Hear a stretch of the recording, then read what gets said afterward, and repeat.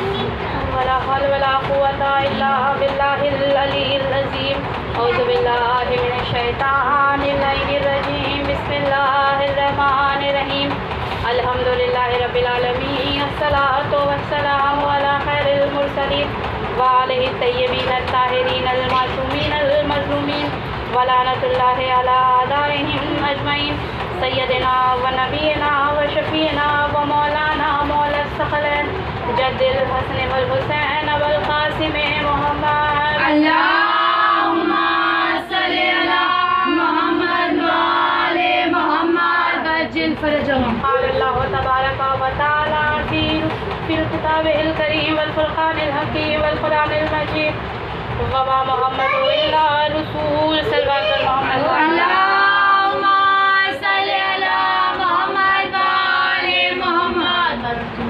سب سے پہلے تمام تعریفیں تمام حمد و ثنا اس پروردگار عالم کے لیے ہے جو عالمین کا رب ہے، جس نے دریاؤں کو روانی دی، چڑیوں کو چٹک دیے اور پھولوں کو خوشبو دیے، جس نے عرش کا شامیانہ لگایا اور جس نے یہ خوبصورت فرش بنائے، جس نے اس آسمان کو چاند اور ستاروں سے سجایا، جس نے انسان کو خلق کرنے سے پہلے اس کے لیے اس کی ہدایت کی راہیں ہموار کی، اس کی ضروریات زندگی کو مہیا کیا، اس پروردگار کے لیے تمام حمد و ثنا ہے جو ایسا اول ہے جس سے پہلے کوئی نہیں اور ایسا آخر ہے جس کے بعد کوئی نہیں ہے۔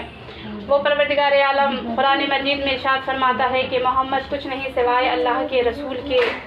پھر پروردگار عالم ارشاد فرماتا ہے کہ اے رسول کہہ دیجئے کہ جس چیز کا اللہ نے تمہیں حکم دیا ہے اسے بجا لاؤ، اس کی اتباع کرو، اس کی پیروی کرو، اور اگر یہ نہ مانے تو گویا اس نے خدا کے حکم کا انکار کیا اور کافروں میں سے ہو گیا۔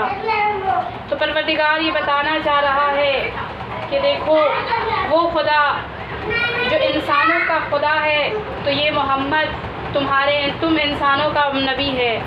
اگر وہ خدا فرشتوں کا خدا ہے تو محمد فرشتوں کے خدا ہے۔ اگر خدا پہاڑ والوں کا خدا ہے تو محمد پہاڑ والوں کے نبی ہیں۔ اگر خدا زمین کے اندر رہنے والوں کا خدا ہے تو محمد اس زمین کے اندر رہنے والی مخلوق کا بھی کے نبی ہیں۔ اگر خدا آسمان پہ رہنے والوں کے لیے خدا ہے تو وہ محمد آسمان پہ رہنے والوں کے لیے نبی ہے۔ اگر خدا دکھائی دینے والی مخلوق کا بھی خدا ہے تو محمد دکھائی دینے والی مخلوق کے لیے بھی نبی ہے۔ اگر خدا نہ دکھائی دینے والی مخلوق کے لیے خدا ہے تو وہ نبی نہ دکھائی دینے والی مخلوق کے لیے بھی نبی ہے۔ اگر وہ پروردگار رب العالمین ہے تو یہ محمد رحمت للعالمین ہے۔ تو پتہ یہ چلا کہ جس کا وہ لا الہ الا اللہ ہے اس کا یہ محمد الرسول اللہ ہے، اور جس کا محمد الرسول اللہ ہے اس کا علی ولی اللہ ہے۔ صلوات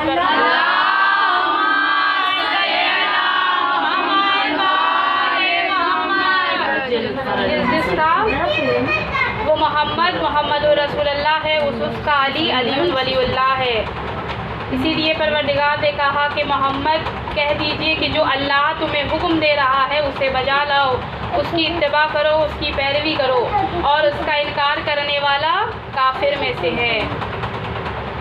ایک مرتبہ کا واقعہ ہے کہ جناب حلیمہ جو رسول اللہ کے گھر کنیز تھی، وہ ایک درخت کے پاس سے وہ بیان کرتی ہیں کہ رسول نے ایک درخت پہ نگاہ کی تو سوال کیا کہ یہ درخت کب سے خشک پڑا ہے؟ تو وہ کہتی ہیں کہ بہت عرصہ ہو گیا، بہت زمانے سے یہ درخت اسی طرح خشک پڑا ہے۔ تو نبی نے کہا کہ اے درخت، نبی فرماتے ہیں کہ جس اللہ نے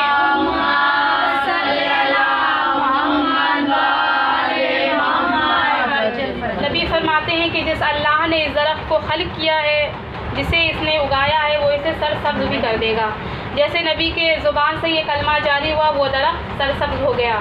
پھر فرمایا کہ اس میں کب سے پھل نہیں لگے؟ تو وہ کہتی ہے کہ یا نبی اللہ، ایک عرصے سے تو یہ خشک ہے، پھر اس میں پھل کس طرح آئے گا؟ تو نبی نے کہا جس اللہ نے اس درخت کو سرسبز کیا ہے وہی اس میں پھل بھی لگائے گا۔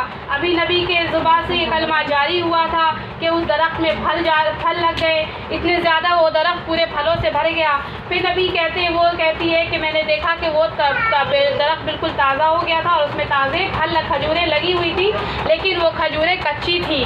اب میں یہ سوچ رہی تھی کہ کچھ وقت لگے گا، کیونکہ فوراً تو پیڑ سے پھل نہیں پک جاتے، اسے وقت لگے گا پکنے میں، لیکن میرے رسول نے کہا کہ دیکھو علیمہ، یہ ابھی درخت میں لگے ہوئے پھل کچے ہیں، لیکن جس پروردگار نے اس بے جان درخت میں جان ڈالی، اس بے پھل درخت میں پھل کو دیے، وہ پروردگار اس پھل کو بھی پکا دے گا۔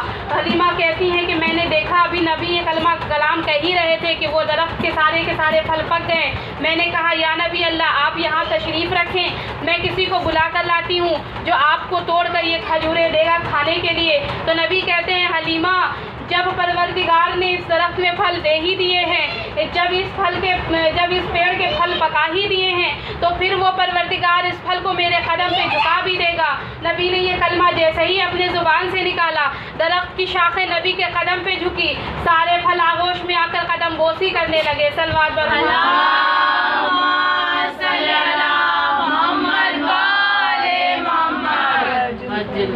تو پروردگار عالم نے رحمت للعالمین بنایا ہے۔ رب خدا کا سب سے بڑا جو لقب ہے وہ رب العالمین ہے، عالمین کا رب، اور محمد ہمارے نبی کا جو سب سے بڑا لقب ہے وہ ہے رحمت للعالمین۔ ہر شے کے لیے اللہ نے انہیں رحمت بنایا ہے۔ درختوں اور پہاڑوں اور بادلوں کو یہ حکم دیا خدا نے کہ جہاں جہاں سے میرے نبی کا گزر ہو وہاں وہاں تم سایہ فگن رہنا۔ تمہاری ضرورت نہیں ہے کہ تم نبی کے اوپر اپنی تپش ظاہر کرو، نبی کے اوپر اپنی دھوپ کی تپش ظاہر کرو، تمہارے دھوپ کی گرمی کی وجہ سے میرا نبی پریشان ہو جائے۔ کہ جب نبی چلتے تھے تو ان کا یہ معجزہ یہ تھا کہ کوئی بھی چیز نبی سے آگے نہیں ہوا کرتی تھی، یعنی ان سے بڑی نہیں ہوا کرتی تھی۔ یعنی انسان کی ہائٹ کی ایک لمٹ ہوتی ہے، کتنا بھی بڑا انسان ہو لیکن درخت اس سے بڑے ہو جایا کرتے ہیں نا۔ راستے میں درخت جب چلتے ہیں تو درخت بڑے دکھتے ہیں، لیکن نبی کا معجزہ یہ تھا کہ جب نبی چلا کرتے تھے تو وہ درخت بھی ان کے آگے چھوٹا ہو جایا کرتا تھا، اور بادل ہمیشہ سایہ فگن رہتا تھا نبی کے اوپر۔ جب لوگوں نے یہ دیکھا تو کہنے لگے کہ بہت بڑے جادوگر ہیں یہ۔ اس زمانے میں شعر و شاعری اور جادو کا بہت زیادہ چلن تھا، تو کہتے کہ یہ جادوگر ہیں۔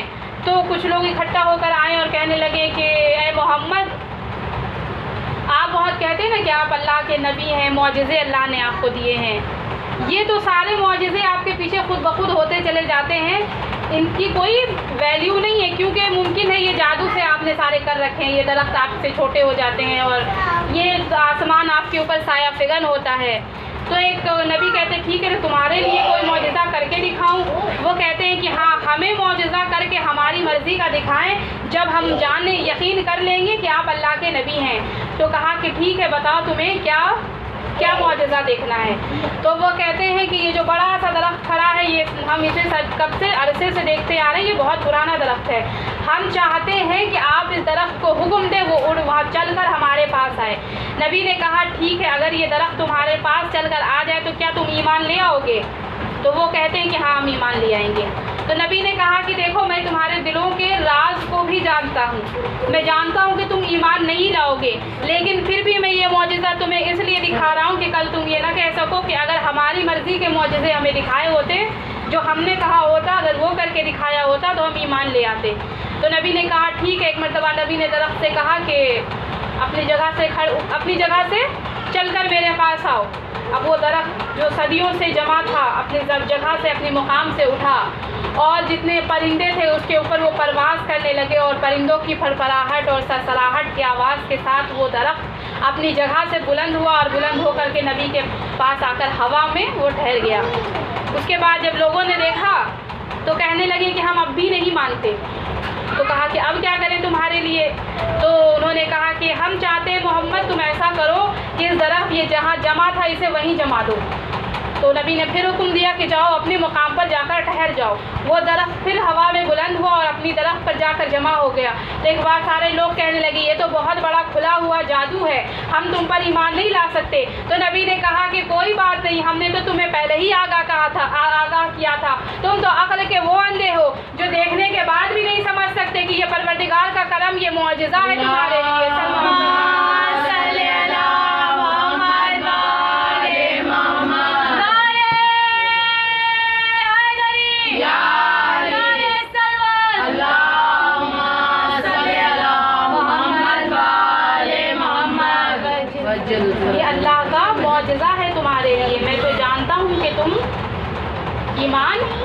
जाओगे। और नबी के ज़माने में जो एक आम बुराई जो जिसे बहुत फ़ख्र समझा जाता था वो ये था कि उनके घर में अगर बेटियां पैदा हो जाएं तो वो उसे अपने लिए बायस ज़िल्लत समझा करते थे। वो समझते थे कि हमारे लिए ज़िल्लत का बायस है कि हमारे घर में बेटी पैदा हुई है। एक शख्स था, वो कहता है कि मैं अपने मुल्क से दूसरे मुल्क के लिए रोज़ी की तलाश में चला गया। अब जब मैं चला गया तो मैं 3 साल के बाद अपने घर आया।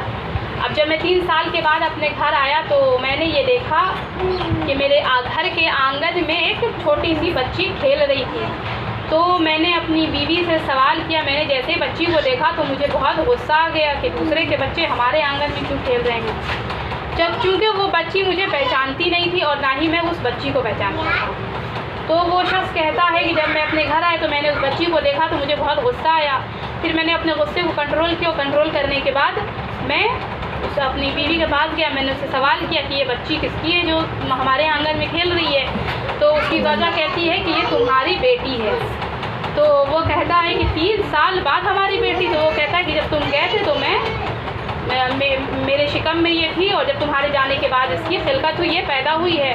तो तुम किस तरह पहचानोगे और किस तरह मैं तुम्हें बताती जैसे ये तुम्हारी बेटी है। उसने कहा कि जैसे मैंने ये सुना मेरा सर शर्म से झुक गया और मुझे बहुत गुस्सा भी आ रहा था कि जहाँ पूरे अरब में ये दस्तूर है, पूरे अरब में ये मशहूर है कि जब बेटियां पैदा हो तो उसे ज़िंदा दरगोर कर देना है।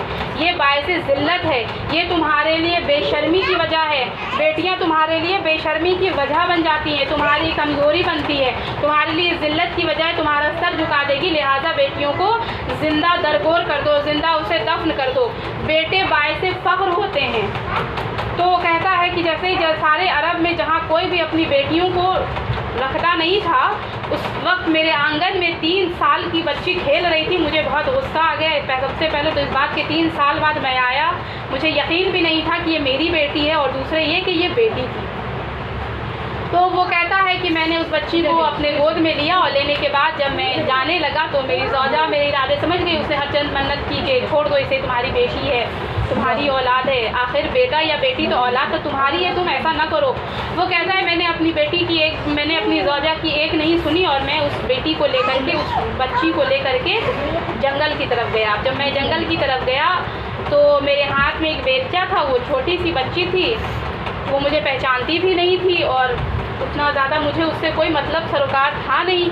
इसलिए मैंने क्या किया कि एक बेलचे से गड्ढा खोदना शुरू किया। जहाँ मैं गड्ढा खोदा था वो पहाड़ी इलाका था, जंगल था, लेकिन वहाँ पे पहाड़ हुआ करते थे। तो वो ज़मीन बहुत सख्त थी। मुझे काफ़ी, मैं थोड़े से खोदता था, मैं थक जाता था उस पहाड़ को खोदते खोदते, उस गड्ढे को खोदते खोदते। तो वो शख्स बयान करता है कि मैं जब थक जाता था तो वो छोटी सी बच्ची मेरी आगोश में आकर के बैठ जाया करती थी और मेरे पसीने साफ़ किया करती थी, और मेरे बालों में और मेरी दाढ़ियों में जो कंकड़ और जो पत्थर वगैरह या जो तिनके वगैरह फंस जाया करते थे उसे निकाला करती थी। वो कहता उस वक्त मुझे प्यार भी उस पर बहुत आता था कि छोटी सी बच्ची है, आखिर में मेरे इरादे क्या हैं और इस बच्ची के दिल में क्या है। वो कहता है कि मेरे इरादे हैं कि मैं इस बच्ची को दरगोर कर दूँ, लेकिन वो जो छोटी सी बच्ची है वो अपनी ममता मुझे दिखा रही है।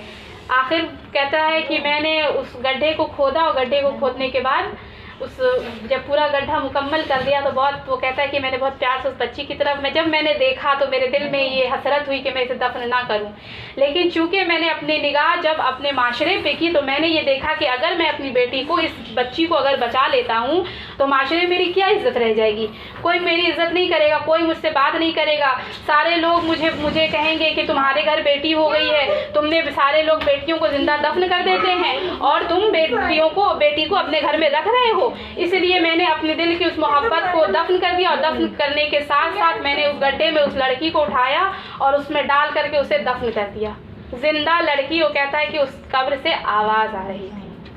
मेरे नबी कहते हैं जिस वक्त मैंने ये वाक़या सुना मेरे आंखों से अश्क जारी हो गए कि तेरा दिल कितना तंग था कि तूने ज़िंदा लड़की दरगोर कर दी। वो कब्र से आवाज़ दे रही थी और तूने उसकी सदा पे रहम नहीं किया।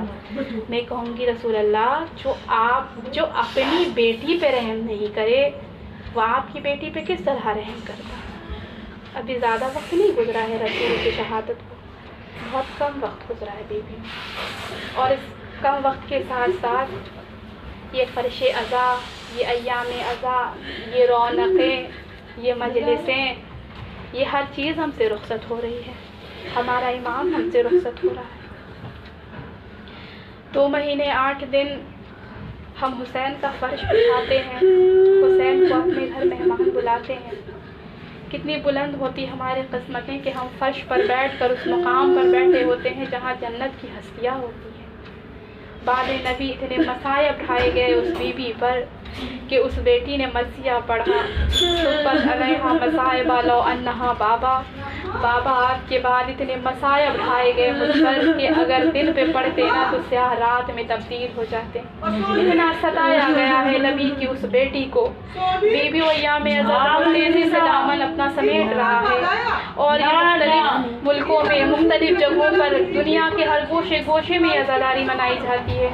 मैं आपको एक वाक़या सुनाती चलूँ कि इंडोनेशिया की एक औरत, उसके दिल में ये ख्वाहिश ज़ाहिर हुई कि मैं जानूं कि ये जुलूस क्यों निकाला जाता है, ये इस पर गिरिया क्यों करते हैं। उसने अपने साथ एक शख्स को रखा जो उसकी भी ज़बान जानता था, और जहाँ मजलिस हो रही थी वो उनकी भी ज़बान जानता था।